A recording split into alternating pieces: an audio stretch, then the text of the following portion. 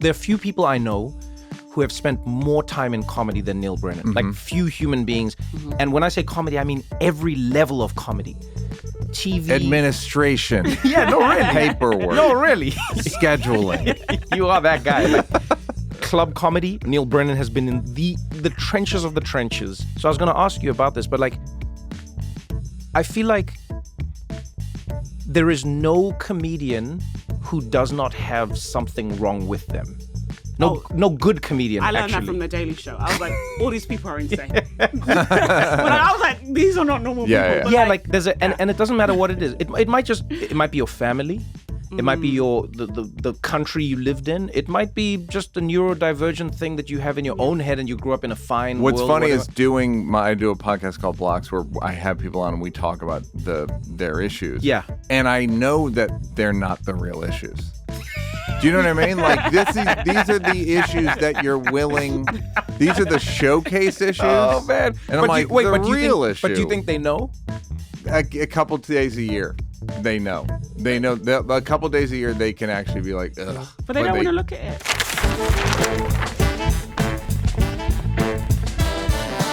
This is What Now with Trevor Noah.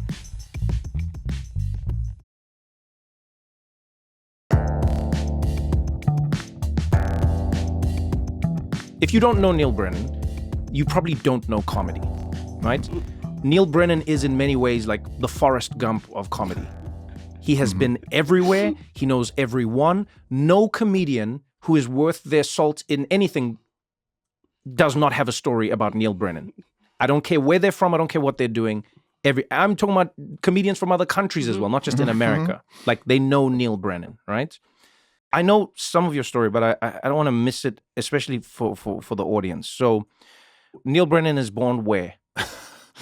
In Philadelphia, outside Philadelphia. Okay, I had like Ireland in my head for some reason. It feels like it. It feels like Brennan. that. It It's really Brennan. is. It's such an Irish name. It really is. I'm an Irish citizen, but I got my. Oh, you are? Yeah, I got my citizenship like recently. Oh, look at you! I don't know what to do with it, but Congratulations! I have it. No, just do it. Just use it. I'm gonna EU. I'm gonna move somewhere in the EU.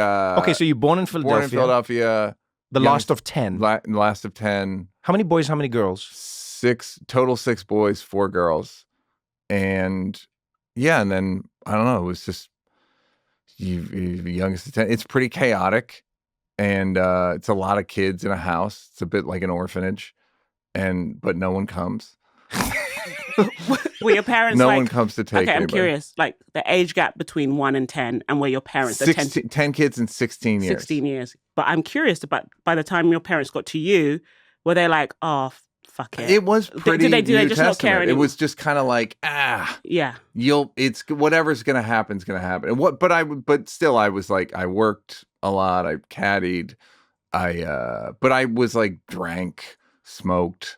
And my mom would just kind of not even. Wait, how old are you when this is happening? 13. Wow. Damn. Yeah. Yeah. That's 13, young. 14. I got underage drinking when I was 16, cops.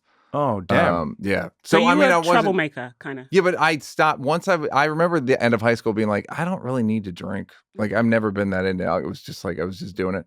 I wouldn't much. I was similar in that, like, I was friends with a lot of friend groups and pretty funny and like. What was the family funny? Because I've never known this part of your comedy. Like, who was the funny in your family, or where did the funny come from?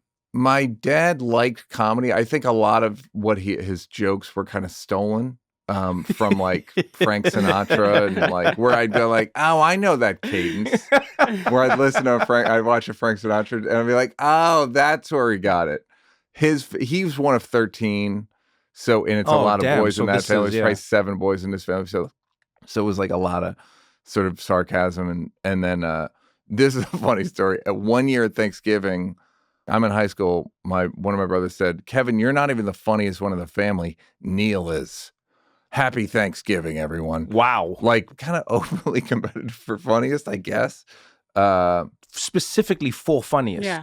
I guess in this case, yeah. Yeah. Or something. Yeah, but now having said that, my older brothers and sisters were all so great to me in that they all had jobs that were interesting that I got access to. My brother Joe was a caddy on the PGA Tour. So I would go to like PGA Tour events and like knew Kevin was a comedian. So I got entree into that. In high school, knew Dave Attell, knew Louis, met Louis when I was in high school, Ray Romano, all these guys. Tommy worked at the Chicago Stadium and Wrigley Field. So I used to go to Cubs games, Bulls games. I saw a white girl mistake Michael Jordan for somebody else. That's how long ago this was. Imagine how long ago this was. A white girl said, "Hey, are you Orlando Woolridge?"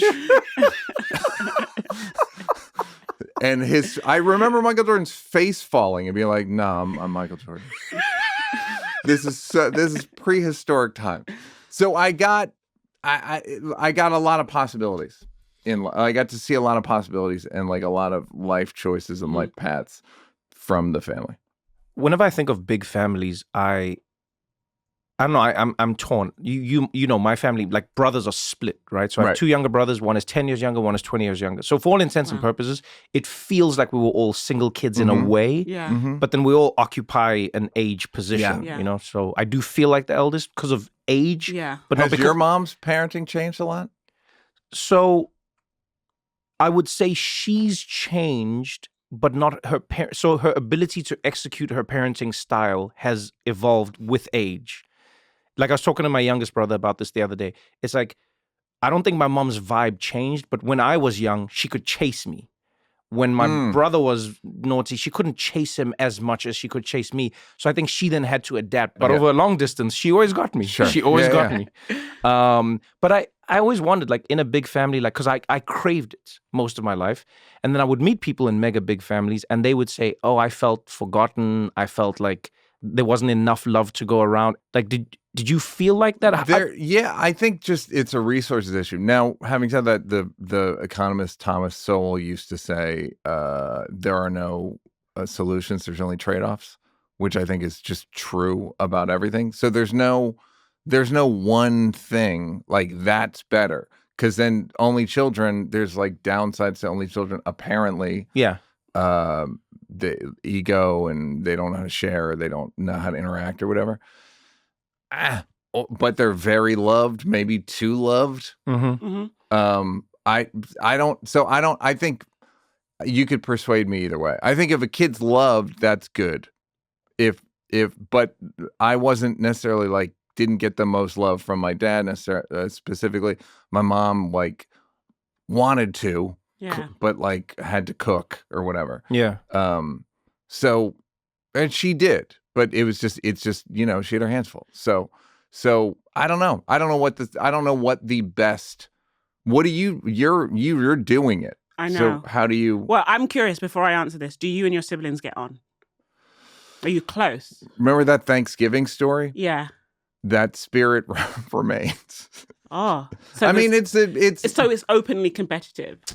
My dad was competitive with us. So I think that there's like, that's kind of. So sounds like Succession. I mean, I was about to, like, your dad competing. It's white trash Succession. You said it. No, exactly. It is. It's competitive. One of my brothers used to keep track of who made the most money. That's dark. Yeah. And then Chappelle Show happened, and he was like, "This is stupid." So I don't. You know, I would say it's a mixed bag. I think some are close, some are not.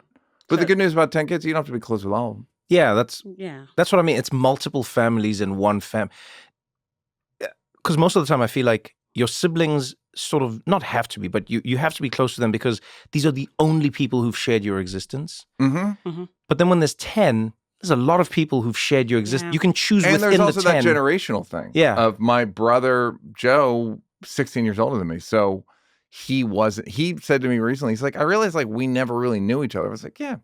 How would we have? He moved out when I was 4 or something, or maybe even 3, yeah. So it becomes more like an uncle thing. Also, the thing with siblings is just like, if you weren't siblings, oftentimes you wouldn't be friends. Like that's just like if you met them in a bar, what are the odds? But now you're forced to become friends, which is What do you, okay, so the tell me strategy. what your plan is.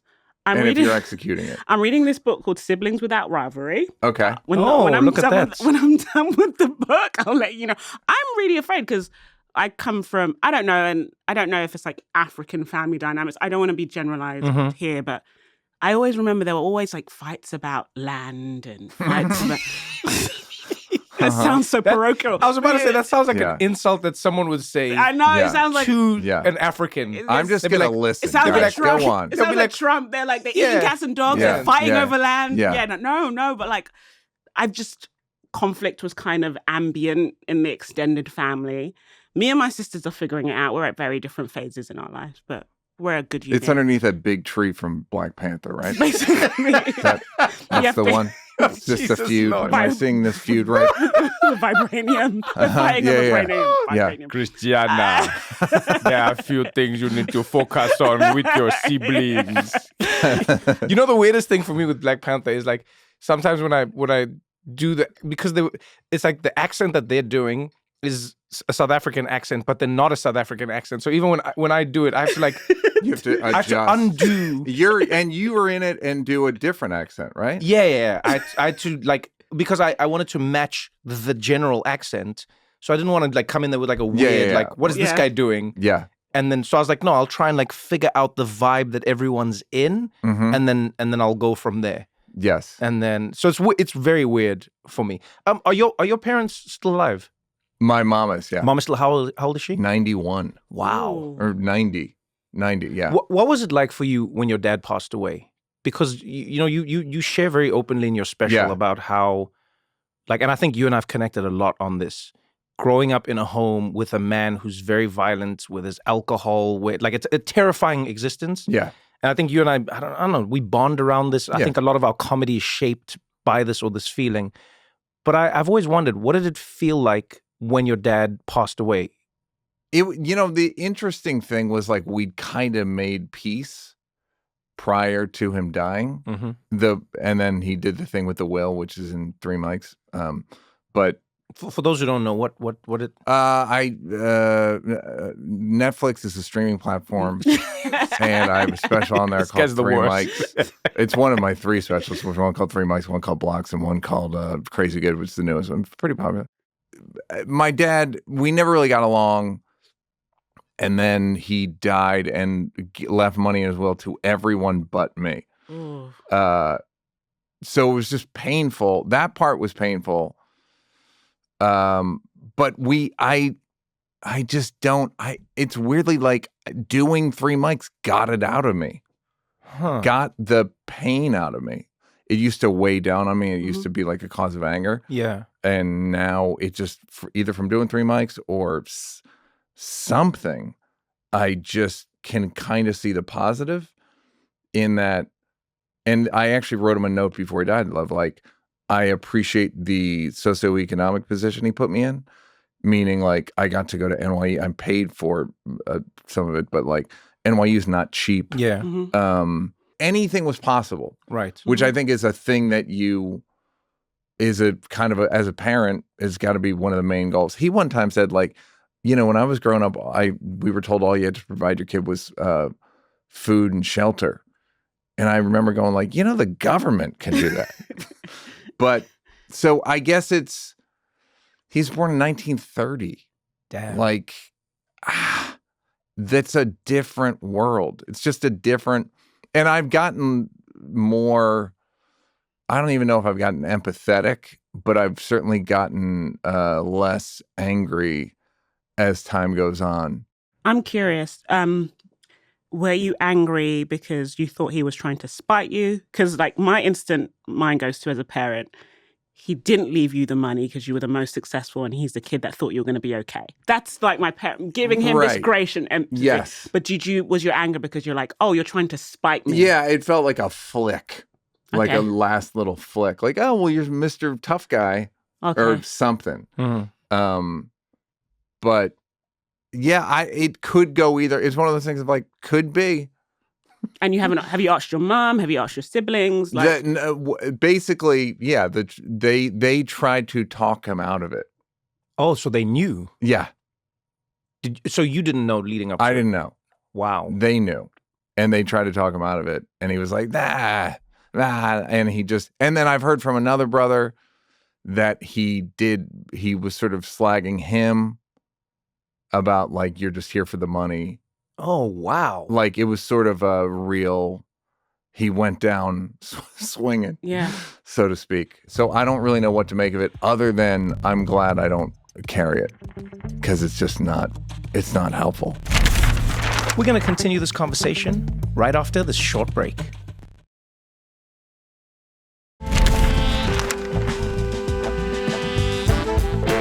So I'm curious because you guys are both comedians. I'm not. Mm-hmm. Is comedy really that cathartic? Because like hearing Neal, you say like, I released this thing, I surrendered it, and now I can put it behind me. Is the Some work of it that is the work that you just say it so much that it's in a weird way you'll relate. Yeah. It's like material you don't believe anymore. Yeah. It's like Chappelle has an observation that jokes are like tires that the tread wears out. And if I'm doing a show about my dad, you just after a while, it's like, what? So there's partially that, which is just sort of like getting tired of saying something. And I would say it's more from the spiritual stuff of like releasing it. But there was, before the spiritual stuff, there was this idea of like, yeah, I don't know. I think I just sort of like talked it out. Have you talk less personally than I do? But your earlier shows were a little more personal. Yeah, so I used to speak more personally, and then I realized won't make that mistake again. No, I think there's sort of a weird idea I adopted in and around taking over the Daily Show, and it was like, don't make it about you. Mm. Do you know what I mean? It was like, okay, it's about the show, it's about the work, it's about the and now on the other side of it, now I'm going back into more personal material. Now I'm going back into but it's funny. I never thought it was cathartic. So even in your early work, when you're sharing about your experience being mixed race, and it wasn't. I'll be honest. I don't think it's cathartic for most comedians. If I'm honest, I think what happens a lot of the time is comedians have found like it's almost like a shield that you can put in front of you to seem like you are dealing with the thing, but you are not dealing with the thing, fine. and you're speaking about it to people. So people are like, oh wow, you're speaking about it, so you must be over it, or you must be. Yeah. But I don't think it's cathartic. The reason I don't think it's cathartic is because comedians get to do the thing with the audience, and that is we escape with the laugh. Oh. Do you know what I mean? Yeah. And so I think real catharsis requires you to stay in something until it is released. As opposed to finding a way to escape, and so is it avoidance then? It's not avoidance. It too psychological, like no. Look, it's not avoidance. I think, and I was thinking about this before this conversation. I was going to ask you this generation of comedians is the first. I remember the shift. I don't know if you remember. There was a point in comedy where we saw almost every few months a comedian committing suicide somewhere. Mm-hmm. You would just hear it. You'd walk into a comedy club. The good old days. Everyone would be around.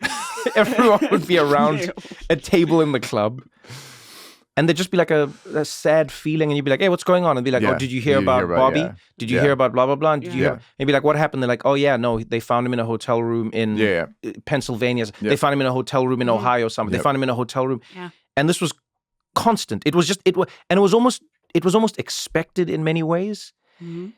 And then I don't know what happened, but suddenly something shifted. All of a sudden, comedians wouldn't be ordering the chicken wings backstage. They were ordering the celery and the kale and the baby carrots and the hummus. And then they wouldn't be ordering a drink like a cocktail or whiskey. They'd be ordering water. Then like you'd know, and then comedians would be like, "Oh yeah, I gotta leave now. I'm working out in the morning." We're in a way it's a contradiction in that people are getting. I think culture in general is getting more like self-carry. Yeah, wellness. Yeah, wellness. There you go. Now the thing I wanted to talk to you about was I had something I want to talk to you about, which is what I call wisdom theater or wellness theater, performative wellness, performative wisdom. Meaning, we talked about a mutual friend of ours who wanted to be the most healed guy. Oh Jesus, yeah, this is killing me. Where people go on podcasts, they host podcasts, they no offense. No offense to all of us, no offense including to yourself. everyone, Everyone's To present everyone. company included. Yes.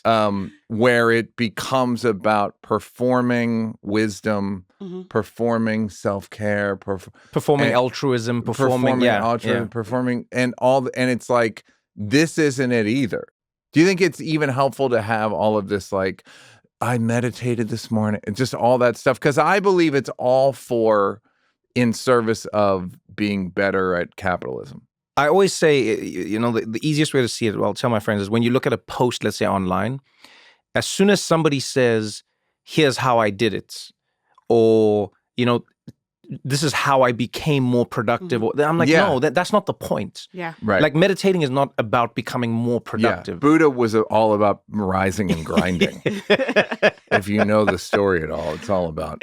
I don't know. I just think we're in the age of it right now, and I accept it, And I'll be honest, I don't mind the fact that the trend right now is to be healthy, right? Because that's a fine trend. No, if you have to pick trends, it's I love wellness. It's the best. Workaholism I'm being crunchy the and best insane. of the You don't even want to. best of. I'm vegan, so I don't want to. Don't even talk to me.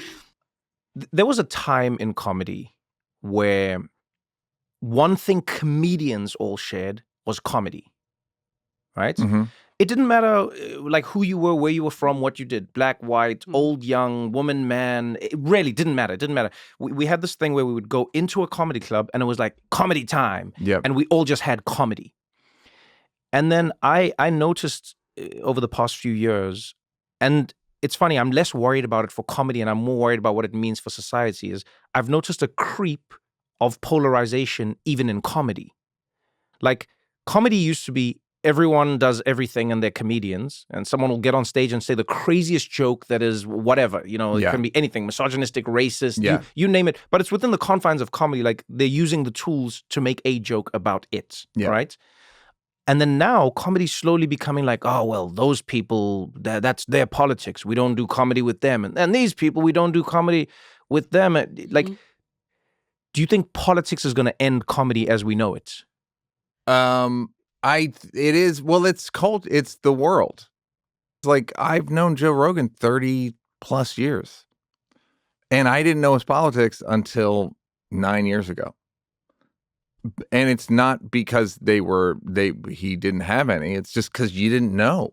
You literally didn't know what somebody's politics were. Yeah. Until I'm going to say 2008, the internet, social media. And then once social media started, then it became like Twitter and dunking on people, and you see so-and-so's tweet, and that's I'm triggered, and that's inappropriate, and they're going to pay. And now I have to like mute them, or I have to not like. I've actually thought, can I like this tweet? Because there's going to be some sort of people who will see that you liked it. Yes. Yeah. And then we're all part of so many different groups that we've always been, but it just kind of you didn't wear them all the time. Yeah. Now it's almost like there was a Daily Show joke, I think, where they had the Formula One or the NASCAR sponsorships. Right. But it was all the badges. The badges of like people that had donated. We're all these things now, and we used to just not be. I was thinking this back when Elon Musk had the rocket come back down to Earth. Yeah. I remember watching that. First, I texted him. I was so excited. Go ahead. Known him 29 years. Go on. You're clearly a verified user. I watched the rocket come down. First, I thought it was a fake video because it's so amazing that it looks fake. Unreal. Did you watch the longer one? Like the that's what I'm saying. 90-second one? That's the one I'm talking about. Wait, this is gonna land? So I thought it was going. I thought someone had reversed the video because I was like, this makes no sense. Yeah. I was like, physics. What is happening here? And I'm watching all of this, and then I texted all my friends, especially like friends who love tech and everything. I was like, this is the most amazing thing. Have you seen this? And I was like, have you? And people were like, screw that guy. I know. And I was like, whereas you were going like maybe the fascism's worth it. That's not what I was saying. That's not what I was saying. And I've now learned on the podcast I have to now be very clear. Yes. That's not what I was. This does not represent me. And even in my group of friends, I didn't understand, and I still don't understand, why people feel the need to tell me how they feel about a thing that I know they feel about, but I'm like, I'm your friend.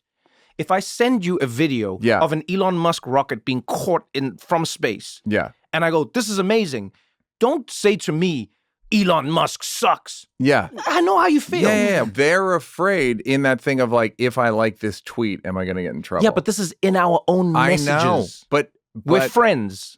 Right, but it's infected that as well. Oh man, that's terrifying to me. It really has. I think it's terrifying to me. Once people start releasing texts in court cases, in doxing case, any of these, that's like this is bad. No, this is bad. No, I'm gonna go on the record and say, I will never judge anybody for texts that get released unless those texts indict them about something they've done in public, because of it's like a comedy club. It goes back to the same rule. If we're in a comedy club, we know that the people in here are trying to say things that elicit a laugh from the audience. So a comedian will make a joke about anything. They'll make a joke about murder. They'll make a joke about genocides. They'll make a joke about rape. They'll make a joke. I heard a comedian make a joke referring to a bunch of suicides as the good old days. That was on this podcast. I don't know where I heard it. That was on one of the episodes. What? Go back through the episodes and you'll find it. But that's what I mean. It's like there's the context, and when we maintain that context, people know. Oh yeah, you can send something to your friend or your family member that is egregious. It can be the most horrible thing towards them or towards somebody else. But because of the context, they know that you're joking. They know that. Do you get what I'm saying? Mm-hmm. And I actually worry about that world. I don't want to live in a world where we now have to sort of like thought police. Yeah, we have to now go like, I've never had that thought. I do not think anything that is bad could be funny. I do not think. Never say in private what you won't stand behind in public. No, but it's a joke. I wouldn't say many things. I say crazy stuff in private. You do actually. That's what I'm saying. Like, but it's freedom. Then there's no difference between private and public. Yeah, obviously there are private acts. There's things that you do in private that you will never do in public. But just be who you are. I think it's easier. Have you ever been on a group chat or even a one-to-one chat where someone's texted something and you've been like, boy, that's hot? Yeah, I mean, that's what texts are for. I agree. Every group chat with me. But have you ever gone, do I give it a ha-ha? Do I give it a thumbs up? What do I give this? And if it ever goes public? I've truly had that thought. So I think that society, it's not to delve too deep into the world of like the shadow self and all of these things, but we need to accept that as human beings, the paradox of the brain is that it is thinking about what it should not think about, even when we're telling it to think about something. It's mostly an intrusive thought. Exactly. Yeah. Everything. 90% intrusive. When I'm on the freeway, most of the time I'm thinking, crash that, run over crash here, that, run over there, run over them, crash that, crash. Yep. I'm not doing it though, but my brain is going, what would happen? What would happen? What would happen? What you know what I mean? So I actually personally, as Trevor, I judge people based on their actions, not on their thoughts. Correct. Because I go, that is, in my opinion, what makes you a good person is that you act in a way that is good for other people or for yourself, and you don't follow all the thoughts that are... In fact, if you follow all the thoughts, I think they would put you in an asylum. They would say that you listen to the voices in your head. You just be in jail. Exactly. I personally just feel suspicious of people who are like nice about people all the time. Just like that person makes me feel... that is true. No, because I think I'm with you. But that's the world we're in right now. Like, if you say anything about anyone, public or private, it has to be a nice or kind thing. Because I just think it's not the human experience. Sometimes, like, because I'm like, oh, I don't like them. And people are like, why? I'm just like, it's just a feeling. They've done nothing. I just don't, like, that's a real thing to have like this visceral reaction to someone. But I think the way our politics are in the world, the way the world is going, is just that people think that they have to play nice all the time. It's just and getting they're just being more disingenuous. and more. It's just the it's creeping. Do you think it's hurt comedy as a whole? No. Okay. I don't. There's no comedy. First of all, it's never been more popular. It's never been more lucrative. So this idea that comedy's being hurt or cancel culture, any of that stuff, it's like everyone I know that I want to do a joke like, yeah, you got to be careful as a comedian because, you could say something and then somebody will clip it. And then next thing you know, you'll be doing arenas.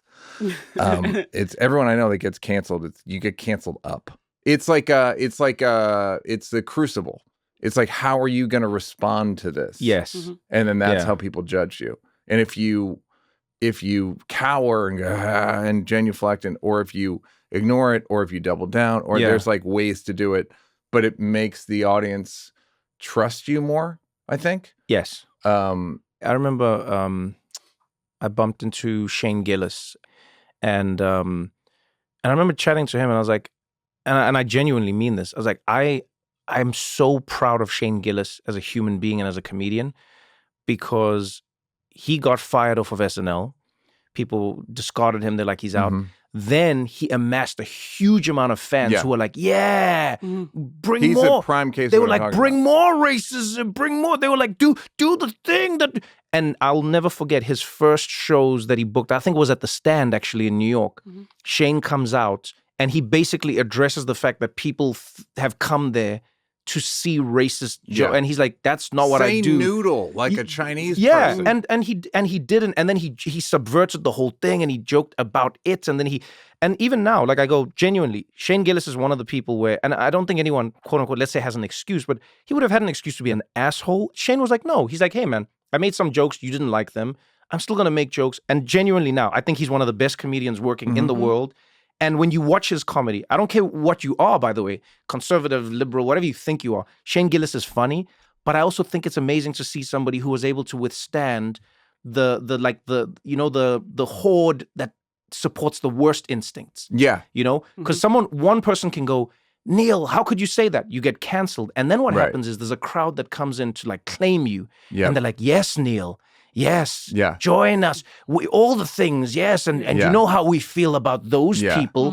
And you're like, man, I just made a joke that some people didn't like. And they're like, no, but Neal, do only those jokes. Yeah. And Shane, I don't know like how he did it as a human, because that must have been really hard. I think he shrugged it off. He just seemed to kind of go like, oh. I don't know how, though.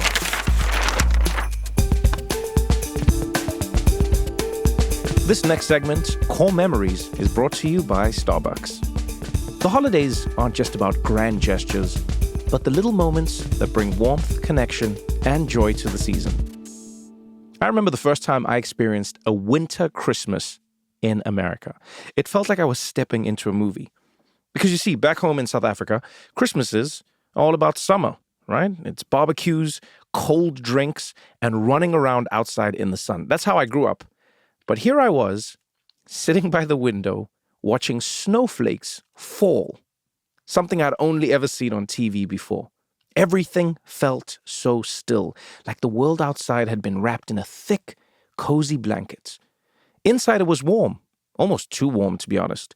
The heat was on and there was a smell of cinnamon in the air, which, by the way, Americans love. I couldn't help but laugh at myself. I was bundled in 3 layers of clothing, even though everyone else seemed perfectly comfortable in their one sweater. A very ugly sweater.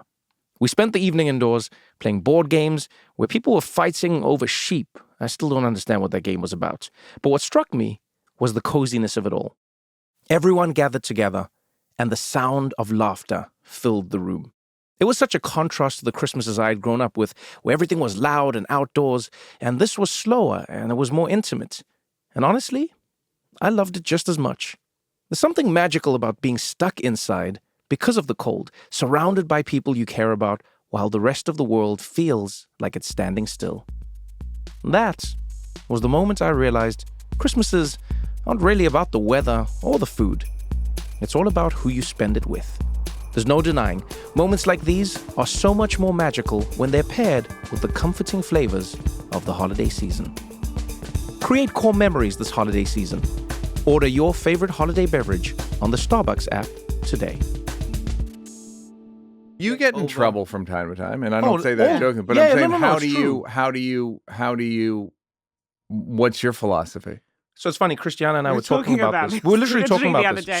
Like after the Ta-Nehisi episode on the podcast, right? I had, you name it, I had people phoning me. Everybody from everywhere. You know, so you run the spectrum from friends, close friends, going like, Trevor, like, how could you have that man on? And that is extremist and it's anti-Semitic and this is trash. And why would you even sit there and listen to him? And all the way through to strangers just being like, this is why you should be dead. I wish apartheid had killed you and blah, blah, blah, blah, blah. So you blah, got blah. my message. Go ahead. And the two of you know me in those moments more than most people, right? And the first thing I do is listen, because I go like, all right, tell me everything. Just tell me everything, you know? And so like a friend of mine would just be like, oh, he's like, you know, I can't believe you. Why didn't you ask Tanasi this? And why didn't you ask him that? And I responded and I was like, hey, the same way if somebody's coming to talk about like their documentary about something that happened in Israel, I'm not going to push them on everything about what's happening in Gaza, because this is the part of the story that we're here to talk about. And it was interesting, like when I have those conversations, I just listen to what the person is saying, what they're feeling, and then I try and understand where we're missing each other. You know, so the one note, for instance, I said to a friend, one of my friends, he was like, I hated the fact that you talked about Jewish people and then you talked about Israel and you talked about Jewish people, but then you conflated the two. And I was like, oh yeah, actually you're right. Okay, yeah. I was well, like, that's what I'm curious about. How much? Because I find that how much does your listening affect your judgment? Can I say something? How much growth is there? Go ahead. Because to me, I always see Trevor as very like unflappable. Maybe that's like the Swiss German, like the veneer of like, no, he seems unflappable. So I was like, because it was like the backlash was a bit weird. So I hit him up, but I think Trevor just heals quickly and better. I call him Wolverine. Like he like heals very quickly and better. Because he takes a ton of steroids? Go ahead. Maybe. I don't know. It's the shrooms, I think. But no, like I think he does feel it. That's what I'm No, I feel all of it. He feels everything. He's such a Pisces. I feel all everything. of it. What do you do? Play FIFA? He's very sensitive. No, I am very sensitive and I feel all of it. I wouldn't have, no, I'm like, but you don't, like, no, so, okay. You don't see it. So there's a few things that have, you asked me this question and I realized there's a few things that have helped me understand this. And it's funny because I think, Neal, you'll have something similar but different because of your upbringing. So, first of all, I grew up in a house and in a country where there was a lot of violence, right? And so when I was a child watching this, I never once looked at it and went, yeah, this is right. Yeah. I even talk to my mom now and I go, why would you get so angry when you were hitting me? And she's like, because you wouldn't listen. I'm like, yeah, but why did you get angry though? I was like, you could have just like done it as like all right, kid, here comes your punishment. And then she would say, she's like, I was so frustrated. And I was like, I know I, cut something open. I know I dismantled the TV. I know I burnt down a room. I know whatever I did. But even me as a child, I would go, that was not ideal, but I'm not going to lose my cool over this. And then I'd get my beating and then I would cry and I'd feel it. I'd feel everything. But the thing that would stick with me is how it didn't make sense for people to lose their cool. And I talk to my friends about it and we have these big fights, but I go, every one of our parents, especially African parents, but I mean, I know, how Neal grew up. Parents were beating kids and this was like a normal thing. And now we joke about it. You'd be like, oh, you pray there's no shoe around and you pray like Eddie Murphy had those jokes and we all laughed about it. But I think I grew up watching this going, it doesn't seem to be ideal and it doesn't seem to get where I'm going. So maybe what I did a little too much was I internalize it. So I keep it in me. But then what I do is and that's where ADHD helps. I'm having 6 conversations now at the same time. Okay. So you're speaking to me and I'm listening to what you're saying. And then I'm sort of going to like one tree, which is like, okay, how do I agree with you? How do I disagree with you? What's happening here? What's not happening here? Do I connect with you? Do I not connect with you? Can I see your humanity? And I always go, if I see you as a person, which I do with most human beings on this earth, genuinely, I go like, I'll still find something to connect with you on. And so on the other side of it, when you ask me like, how much does it change me? I genuinely listen. So a person almost only has to tell me once. And I will keep that because it means something. So when my friend said to me, my friend who's Jewish and spent time in Israel said, I didn't like that you said Jewish and Israel, but you conflated the two. And I was like, okay, I will never do that again. But then when it comes to like arguing about whether or not it's an apartheid state, I said, you are my friend and I love you, but we're not going to agree on this. And I don't think we need to agree on this to remain friends. In fact, as my friend, I hope that you'll still keep me in your life and I will work to keep you in my life, but I don't want to lose you because of this thing. because there's so many things that we're going to disagree on. Yeah. This is just one of the biggest ones, and I don't know, whether it's just this moment in time or social media, or I don't know what it is, but I feel like people have less and less ability now to maintain friendships or to maintain connections that also hold a space of disagreement or conflict. It's the same thing. It's that thing about if I write haha to this text, you have this constituency in your head or imagined or whatever that I can't say disagree on this but love you the same, because then you'll lose your constituency. Yeah, and you see, for me, that I don't think that moves us forward, because I've always believed that people don't change by hanging out with people who are like them. I agree. I think we change by rubbing on each other, Yep. just rubbing off on each other. And I think the common humanity, that's why I come back to stand-up. Mm-hmm. I think of the comedians I used to meet in comedy clubs, and I still, till this day, I mean, everything, racist, misogynistic, whatever you want to call it, but they were also human beings. Yeah. You know what I mean? And I'm not excusing any of the things they did, the same way I'm sure someone wouldn't excuse some of the things I did or said or as a person. You all have your faults. But the one thing that would connect us first and foremost is that we were comedians. You remember we'd even say as comedians, you'd be like, man, have you seen that guy's new bit? You'd be like, it is the most racist bit you've ever seen, but God, it's funny. Yeah. And holding that paradox, holding that cognitive dissonance, I think was key to us. And you would see, not all, but you would see a lot of the comedians evolve over time, because society would evolve and you would shift, and you'd find a lot of the comedians who were doing the jokes they were doing back in the day wouldn't do them anymore, and they would evolve slowly. My objection to this primarily is like, it's fine when it's all like theoretical, we're working on jokes, that person's a bit racist, that person's a bit misogynistic. But we're living in a time where women currently can't get abortions in many states. Completely with you. So there's like real world implications of whether it's sexism, racism, transphobia. So I think it's difficult because these people in our lives that have unsavory views, it feels like they're winning. I feel like the world is shifting to the right. I feel like the world is a scarier place. And that's like just true. Like, you look at elections, you look at all of this stuff. And so it's harder for people to be like, well, I can see you as a whole human being when your vote is the reason that, like, I was terrified to do IVF in Texas. Because I was like, well, I'm a woman with a history of loss. And if I need to get a D&C, will I be able to get one? Will a doctor give me one? Right? So there's like real world implications for like these controversial right-wing or even like super far left ideas. And some people are like, I actually don't want to be around that in my personal life. And I don't blame them. Do you know what I mean? Of course. And that's, the two thoughts I had is, it's a bit like being friends with two people who don't get along. And you're like, I was just you have lunch with somebody. Yeah. And then you go meet with their enemy. And then you're like, and you're like, am I a piece of garbage? Both of these people have been good to me. Yeah. And then the other thought I had was, do jokes lead to action? If you make a joke, does that mean you stand with that? Yeah. And that's where comedy comes in, because it's like, do I don't know, I can make a joke about anything. I don't stand with it. It just, my brain did that construction, and I was like, this might be fun. But if a comedian does their job properly and the joke is good enough, you won't get in trouble. So I used to think that, but then I realized we've robbed the world of context.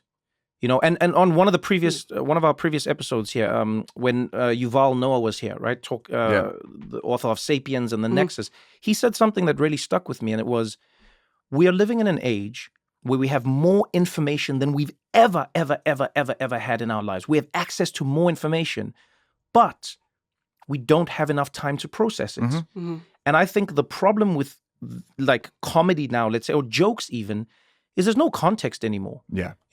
Then even when Twitter began, the first people who followed comedians on Twitter, and people all agreed that this was a place where people are making jokes. They are not real things, right? And then the context spread, the algorithm moved things around. Now you're sitting at home, minding your own business. You're a super religious person, and then some video will come on your feed where someone's trashing religion, making jokes about it, and you're like, you get angry, but there's no context. You didn't want to see that. Yeah. You didn't ask to see. And I think that's like one of my key issues with social media is the fact that people are not asking to see. They're not opting in any way. You know, I feel like it should be like an opt-in as opposed to an opt-out. But people are seeing videos that they don't want to see, videos that are like actively making them angrier, sadder, more afraid, etc. And I think that's actually hurting comedy and hurting the idea of comedy as opposed to it being or not being. Does that make sense? But I also think like there's some things that people should be listen, I like shame. I'm not like you do love Brown. shame. I like shame. You love shame. I'm into Do you it. know what I mean? And I'm just like, It's one of my kinks. whether you're a comedian, whoever you are, I don't kink shame. Neal. Great. I'm proud of you. Fantastic. So the one place he doesn't shame is kink. Okay. I No know. kink. Okay. Oh, no. Shame, but But no I'm just kink. I like, can there's follow some it. things that if Either you... way, I have an erection. Go ahead. Okay, Neal.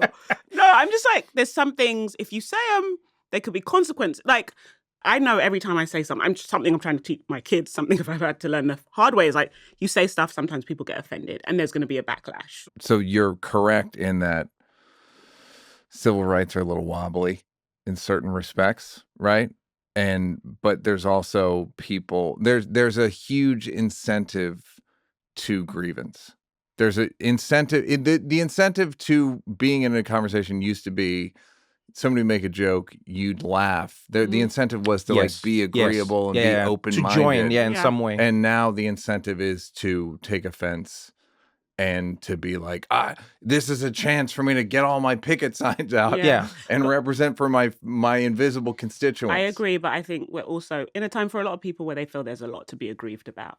I agree. And so we just have to acknowledge that like people are constantly offended because the world is very offensive. The issue I have with it is the getting offended. It is you on the other side of getting offended. And I say this from let's take comedy out of it for a moment. I think of language.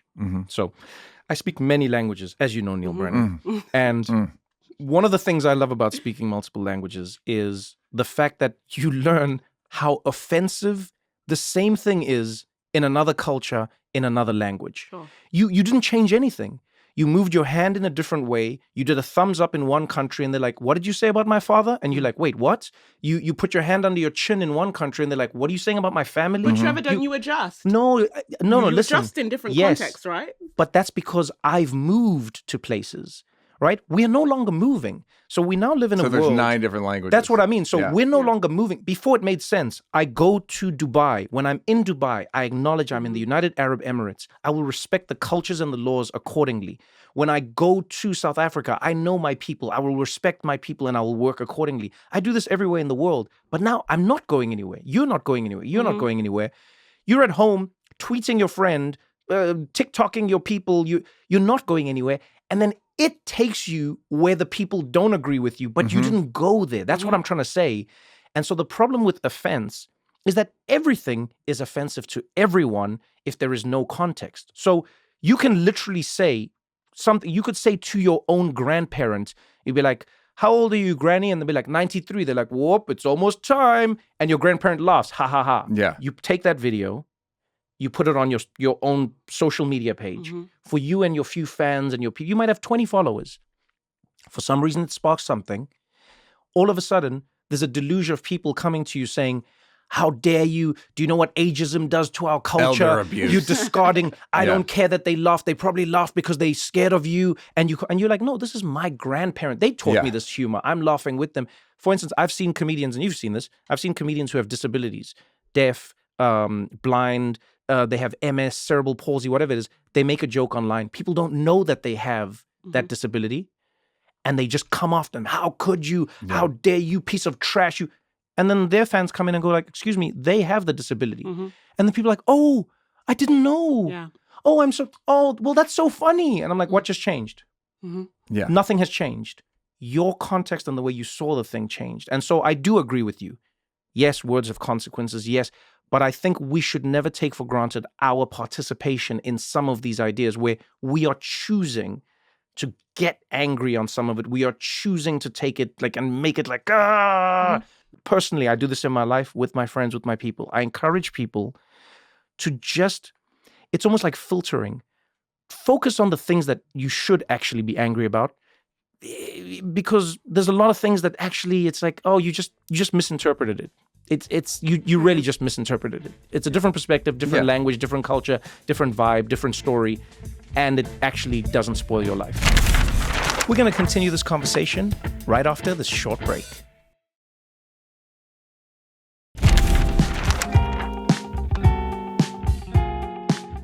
I don't know what the solution to this is, but I still go back to my belief that the solution doesn't lie in people siloing themselves. I believe as Trevor, this person has no incentive and will never even shift a little bit if I'm not in their life. And I will never see their perspective if I'm not in their life. Trevor, you have that kumbaya and Mandela stuff. But it's not kumbaya, You man. do. Get out of here with all that. No, but it's something. You listen. jive turkey.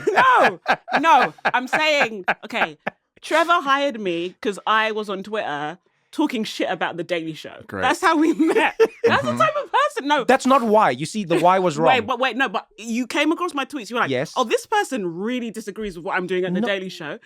He found me interesting, my mind. Yeah, that's I'm the why. complimenting you. He's the type of guy that we like see those tweets. You know what? I'm gonna hire that bitch. That is Trevor. Like he just is. That's like, a direct quote. It's a direct quote. Yeah. But it's like even the way he has his And writers' look, room. and look at where we are now. No, and it's something you were part of helping me win an Emmy. You were part of helping make the show the best thing it's ever been. I'm like, I don't know how you hold that. It's something I really admire as someone who can be very tribal. Actually, politically, my friends are all over the map. Have you changed in any way? That's what I'm She curious definitely about. has. No, I have. I've changed my opinion about lots of stuff. No, and it's like, influenced. do I completely disregard that version So of can I myself? just say something about both of you real quick? As your friend, both Yeah. of you, I've seen both of you change because of me, and both of you have changed me because of you, Yeah, because but you're in my life. So, Christiana, I've watched you become funnier and looser as a person in the time that I've known you. Like I've literally watched you. I like what you said, but like with the Twitter thing, yes, you were trash talking me and trash talking the Daily Show and everything. But more importantly, I saw somebody who was super smart, really like the way you saw the world and the way you like understood ideas and what you brought in and your journalistic brain. I was like, damn, this is amazing. I wasn't hiring people on Twitter who were just like, Trevor Noah, you suck. Go back to your country. I wasn't like, this person needs to come to the Daily Show. Yeah. It's not about that. I'm able to look. They already work there. Go ahead.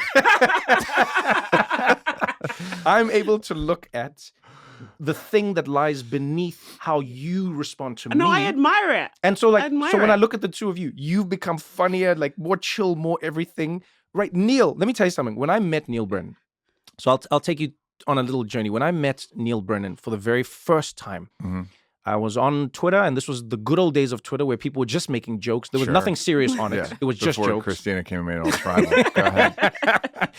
And there was just jokes. And I remember Neal had really funny jokes on Twitter. And I was like, this guy's funny. And I followed him. And then it said co-creator of Chappelle Show. And I was like, wait, what? And I went in. And I hadn't even like watched the Chappelle Show in that way. I never had cable. I couldn't afford it. All these things. Sob story, whatever. Copper roof. Yeah, you know how it is. You know how it is. Border Whatever. crime, Yeah. Border Tough crime. life. Yeah, Let's keep it yeah, moving. yeah. But I then went and I watched the show, and then I saw the first sketch, the black white supremacist, and then you're in the back there, and like your head explodes. And but then I like started research. I was like, damn, this guy's funny, and he's just been in everything that I love. So I follow him on Twitter, and now I just love his jokes. And then I come to America for the first time doing like random shows, and I meet him at the Comedy Store in Los Angeles. And I'm walking through the corridors there, very dark, very like sad. Satanic energy. It really is. And I walked in and I saw his face and I was like, wait a minute. I was like, Neal Brennan. And I was like, I know you. He's like, doesn't everyone? What are you, from another country? Yeah, it was very like, I was like, wow. A cigarette. And I was like, what? And I was like, yeah, hey, nice to meet you. I was like, I love you. I follow you on Twitter, blah, blah, blah, blah, blah, blah, blah, blah. And Neal was like, very dismissive. Neal was like, okay, whatever, man. And like, just very like, leaning against the wall. Like it's almost like a scene from Grease, but without the leather jacket. Just like leaning on the wall and just like, whatever, kid, keep it moving. And I walked in, I went to do my sets or something. And then when I was walking out, Neal goes like, hey, wait a minute. Where you from? Get back here. He's like, where you from? And I was like, I'm from South Africa. And he's like, are you the guy? He's like, you followed me. I was like, yeah, I follow you. He's like, you're the reason I've got people, what did you say? You said, you're the reason I've got people with exclamation marks in their names following me. That's what Neal said. Neal was like, one apostrophes. day. Yeah, you said like, one day I was on my Twitter. Clicks. And it was just like Brad and Jenny following me. Yeah. And then the next day it was like, and I was like, yeah. Terrifying. Yeah. And I was like, that's my friend Olisa probably. I told him about your tweets. And that's how we meet. Yeah. Neal was like, and I hope you don't mind me saying, but like Neal was, I mean, you were grumpy. You were just like, the world is like, everything is bad. Dark, yes. Energetically dark. Always just like, everything is shit. And God, what do you talk? No religion. And just like, and why are you smiling? He used to hate that I smiled. He's like, are you serious? Neal would even say to me sometimes like, what are you so happy about? Neal. I don't think I said. He said that. I may have energetically said it. He said, no, he said it. He said, what are you so happy about? In fact, he has a fun story. Neal, and I've told the story before somewhere, I'm sure, but maybe with you. But like Neal, I remember you and I were sitting in a random, it wasn't even a diner. I don't know what it was. It was a diner, yeah. It was a diner in Denver. Neal was doing the improv, I think. I was doing the comedy work. Okay, the comedy works. So we're having a late dinner after this, like, midnight type thing. We've both done our shows. And then classic Neal with his cynicism, Neal's like, how was your weekend? Did you make enough money to barely pay for your flights and your food? You idiot, you African fool. Yeah. And I was like, yeah, because we made no money. Yeah. Basically, as a comedian, you were lucky if you came home with a little money from the road. Yeah. You were just breaking even. That's barely, barely. This is 12 years ago. This isn't like forever ago. Yeah, this is 12 years ago. And at some point, Neal turns to me and he goes, what are you doing here? Yeah. And I was like, what do you mean? And he's like, I've seen your life in South Africa. He's like, why are you doing this? He's like, go home. People love you. You told him there. to go back to Yeah, Africa. he told me to go back to where I came Yes. from. And he's like, people love you there, and you're doing arenas. He's like, here you're in a comedy club where people came in for free and they don't know you, they don't even like you. And he's like, why? He's like, America's not ready for what did you say? America's not ready for someone. Americans don't like foreign comedians. Yeah, you were like, Americans don't like foreign comedians. And then we went through a list and he wasn't wrong. He's like, Ricky Gervais is the only one who made an impact. And they made a show, but they made Americans the show. Yes. And then Neal said this to me, and we had this discussion back and forth for a while. And I was like, oh, and I took it in a good way. I was like, you know what, Neal? It's like, thank you. What, like, wonderful. You're such a good friend. He's like, I don't even know if I'm your friend. We're just in the same city. But I've always seen this, I've always said that. I was always like, what a sweet, loving guy. I was like, this is a sweet, loving human being who has been hurt by something and someone in the world. Yeah. And now he wears like a little shell on the outside. You saw him. Yeah, the same way I see you. Yeah. The same way I see everyone, genuinely. We see past all this, Christiana, to the real you. Okay. I don't like to be seen, by the way, so this feels very uncomfortable. So I was like, this guy's a nice, because I think I meet people sometimes who are very nice, and I go, this person is an asshole, and I do not want to know them as a human being. Yeah.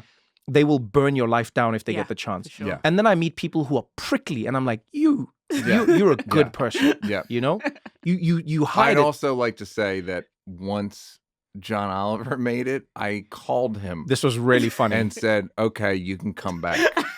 No joke. I stand corrected. Yes. He literally phoned me. Yes. And I was in South Africa. Yes. I go, all right, you can come back. That's interesting. Because it was kind of pointless. Yeah. Yeah. But my point is, when did he get sweeter? But this is what I'm saying. I got sweeter over time, especially in the last 5 years. What happened? What made you? I remember telling you about therapy, and you were like, meh. You didn't tell me about therapy. No, I remember talking to you about therapy, and you were like, meh. Did you go to therapy? I've been going to therapy since I was 23. Yeah, but now you went into once Trevor told me about it. No, you know what I mean. You opened your heart, Neal. I opened my heart from ayahuasca and DMT and MDMA. I'm sorry. I don't know how. Who did you tell? Who did you tell about religion? Who did you call when you said, like, I now believe there might be a God? You were one of the first people I believe I called. Really? Yeah. So because I knew he'd like it. But you know what, Trevor? Back to you, because Trevor, you don't. But you see, he cared. Trevor doesn't like to speak about himself. He even cared that I would like. I remember what people are into. I was like, who are my God people? Which is a nice. That's what I mean. That's what. And I genuinely. Yeah, I never was a jerk. I seemed jerky. That's my point. Was kind. That's my point. But Trevor, the thing about you, because you don't like talking about yourself, but I want to make it about you, that I find remarkable, and I'm still learning, is that you're, and I think it shows in your fans, in your life, you're able to have like this big tent where loads of different people can come in and you never feel uncomfortable. Like you could just live in difference and tension and maybe that's because of your childhood. Yeah, it's because of my childhood. But in a way that I'm still not there yet. Oh yeah, but you were lucky. You grew up like, first of all, you're Nigerian, so you've always had like your people. Yeah. And then also like your family and I've grown up as a singular. You know what I mean? I was and still am the only person in my family who even looks like me. Obviously, you can find features in my parents. You'd be, oh, I see. But no, my mother's a different color to me. My father's a different color to me. We are different people. And in the family, I'm a different person. And do you get what I'm saying? So does that make you feel like lonely, or you just no? It was the opposite. Funny enough, it didn't make me feel lonely because I don't spend all the time looking at myself, which is great. It's interesting that you say like maybe you said it like that you, because of you are like kind of tribeless in terms of nobody looks like you. Yeah, nobody, no. So the whole everyone's your tribe. You could take it as a prescription to be lonely. Yeah. Or you take it as like, oh, all right, well, I guess I'm everybody. Yeah, no, I was always just like, because it was the only way I was. And I think most importantly, my tight nucleus treated me as the in. So it's not like my cousins treated me strange. Not my grandmother, my mother, nobody in my circle. I was Trevor, fully just Trevor. And then because I understand other people's languages, I would find a way to get in quickly. And then my friends very quickly, I mean, till this day, you all know my friends, but they just treat me like me. Yeah. So I don't even look down and be like, whoa, my skin is different to theirs. Yeah. No, I don't do that. And so let me ask you this. Why do you think, I'd love to know, why do you think as Neal, you were always more comfortable and more honest in black spaces than most white people? I've just never been that racist. I love that you say that. No, because everybody's racist. It's just I'm just saying it's just a matter of degree. Yeah. So I've just never been that racist. I had access because one of my brothers who worked at the Wrigley Field, and all of his coworkers were black. They were always so nice to me. Eddie, Michael Jordan, Spike Lee, Arsenio. Right. I mean, this is like a creepy story. I'm like 9. Right? 9 years old. I used to have to, Eddie's on Saturday Night Live. I used to have to run. My parents would get home. I used to have to run upstairs to hide that I wasn't watching it. Right? Because they'd get home and I'm 9. I'm supposed to be in bed. At a certain point, I say to my mom, hey, you need to let me watch Saturday Night Live. It's important. I remember being 9 and going, what are you talking about? It's important. Again, it's not even like I'm so saintly. It's just like, it's stupid. It's just like, it's illogical. It's like you and I immediately I was like, oh, I think I know what you're like. Yeah. I don't care about your anything. It's like, I know what you're like. You're a very opinionated person. Like, okay. Yeah. I'll see you at the next argument. There's no, so it's not, I don't know. I just never really bought that into it in terms of, like a social construction. You weren't like, I don't even, it's you just not were like, this is the person. Yeah. I don't know. It's also just access. The most of sexism, racism, it's just all these separations that we deal with. It's like, if I was in your experience, what conclusions would I come to? If I was in yours, what conclusions would I come to? It's assuming that people are coming to conclusions for the same logic that I come to conclusions about, and not. If I were black, I'm mad as a white person. So imagine what I'd be like. And if I was a white man, I'd be so fucking rich. You can imagine. I'd be like, I say to my husband all the time, man, if they made me look like one of your friends, I'd be killing it right now. Yeah, so I'm sensing a movie here, guys. Yeah. He wanted to be a black woman. She wanted to be a white man. Someone dropped one of these lights on our head. At a podcast. So I think it's just theory of mind. It's like, what would it? I don't know. It's just assuming that someone's going to think the same things you would think, but if you were in that situation. So you see, I come back to what I was saying now about sharing space with people. I listened to your story and just listening to what you said, because of your brother, You went to a place where all of his co-workers were black at Wrigley Field. You're now associating and seeing black people in their fullness, in their completeness. It is a lot harder to be racist to black people when you know black persons. It's a lot harder. Yeah. Because you're like, no, I know Dave, and I know Steve, and I know Daquan, and I know people. I know some are like this. I know some are not like this. Yeah. Do you get what I'm saying? Yeah. You then go. You're also in comedy. Then you're in Chappelle Show. Again, now you're experiencing black people from all different walks of life. Everyone from Most Def and Talib Kweli. I also think it's good personal experiences. Meaning, like Dave was. I don't know. We just got along. We were like close. We were like and this is exactly close at the same age, 18, 19. He was nice. He gave me an opportunity to write Half Baked with him. A lot of this is like, I feel it is like recompense for the opportunities that I've been given by Dave specifically. And then I give like black people all credit for that. A bunch of, meaning like, okay, I'll try to hire as many black people as I can because white person hired me. Yeah. I kind of have to. I morally, I have to. If I believe in any sort of moral framework, I have to try to not be that racist.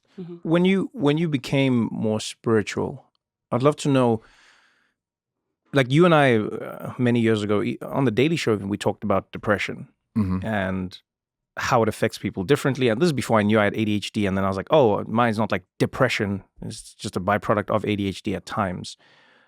I want to know from you, what do you think some of the biggest blocks were to you figuring it out? In one special, you're joking about wearing a device on your arm that electrocutes you to remind you to smile and seem more affable. Yeah. This is a real thing. Yes. And then it zaps me and I smile. Yeah. That's the cover art on Netflix. Is me fake smiling because you've been from zapped. being zapped. Yeah. But then now you smile more as a person. Yeah. You just generally Yeah. What do you think was and it's not let's start with the thing that you did, but tell me what you discovered that shifted you out from under the cloud. It's very dangerous. Ayahuasca, 5-MeO DMT, and then MDMA. I wouldn't recommend it because it's like the 5-MeO DMT, I like kind of lost my mind for a couple days. But those in sequentially, that's how I did them. And they worked for me. Did you do it under guidance or just like by yourself? Okay. I mean, not. Don't there's like a home, person there, but like they're not. There's like there are tribes on the Amazon who have a lot of experience in hundreds and thousands of years of sort of how to deal with certain things, and then there's people that I dealt with that they mean well. Neal, I'm curious, right? Because anytime I see you, you're working. I've never seen you like because you don't want to hang out with black women, obviously. So like, I've never seen you socially. So like, no, I'm curious, what does your depression look like? Because like, there's always this image of like, in bed, I can't work, I don't shower. Yeah, I was never, always I tried to work my way out of it. Okay, so that's why you're always working. I tried to achieve my way out of it. Okay. Yeah, like if I could get an achievement, which I think we've talked about before, it's like you get an achievement, you get a kind of a adrenaline spike that you take for good feeling, or you get an ego boost, which you take for good feeling. And then you kind of just like, and then it wears off. You're like, I got to do something else. Okay. And that's what they call a career. Okay. So, but yeah, so I did all that stuff. It's more a matter of changing my relationship to the facts of my life. Meaning, I'm incredibly lucky. I used to think I was unlucky. Yeah, you That's did. Crazy. I really thought I was unlucky. I really thought I was like reason for grievance. And then I realized like, no, now I have a new idea, which is like, life isn't fair. No one's life should be as good as mine. Like I was dead wrong about what I thought was happening. Even the things that I thought were negative were positive. And it is like everything was your friend. It's all been good, and it's all been to my favor, even if it's in the. I sent you that thing the other day about. It's a Buddhist story about like, you never know. You never know what something means. Chappelle Show ends. I'm like, I never would be a comedian if it didn't end. All these things that I think were negative were positive, just in a different time frame. So that's the biggest takeaway, is that like changing my relationship to the facts of my life. And I do a thing where I literally write the facts of my life down several times a day. Oh, wow. So you like journal it? Yeah, but I call it a checklist to make it masculine. Because journal. But I call it like a checklist of like the facts of my life. Okay. Like, you are this, you are this, you are this, you are this. You've got to do this, you got to do this. Like, this is incredible. Just enjoy yourself. Yeah. I think that's a good advice for anything. Is like, I can stay mad all the time in this situation, or I can take this as an opportunity for whatever, And so for me, it goes back to what we were saying about offense. It lives in the same world. I think in everything I'm hearing you saying, the facts didn't change. Your house, your car, your life, your job, your friends, your opportunities, that didn't change. Your relation to them changed. Your relationship to them changed. And that's what I think about, funny enough, with genuinely how we see the world a lot of the time, with its, things online that offend us, people that make us angry, stories. A lot of the time, it's just your relationship to it. It is acknowledging the fact is it has happened, or you're seeing it. Yeah. But now what is my relationship to it? And just shifting that lets you off the hook from feeling like you're wearing a weighted vest. That's what I hear you say. It's so hard, though. Oh, it's incredibly hard. Yeah. I think that. But even like being a mom, I'm sure is like really tries your patience. Yeah. And you could occupy that space of like just being aggravated all the time, which I think a lot of parents did for a long time. Or you can just be like, I'm gonna feel this way, and I have to figure out how to deal with it. Yeah, I mean, I just like surrender. Yeah, that's Then my girlfriend says that all the time. Yeah, She's like, it's the most zen thing in the world. It's just surrender. Like I have a 4-year-old. They're gonna be 4. Yeah. Until he's 5, and then they're gonna be 5. And then he's gonna be 5 apparently. Thing. Yeah. So which is his own, and just like the surrender and the acceptance of like, this is what it is. I can either look at it and have my fist balled up all the time, or I can just be like, okay, this is I'm here. I might as well enjoy it, which is the corniest, tritest. Which is scary. When I know, because I like to strive. I love striving. But I think life is a balance between the two. Yeah. I think if we live only in the moment, we neglect. Yeah, people that live in the moment it should be noted, are incredibly boring.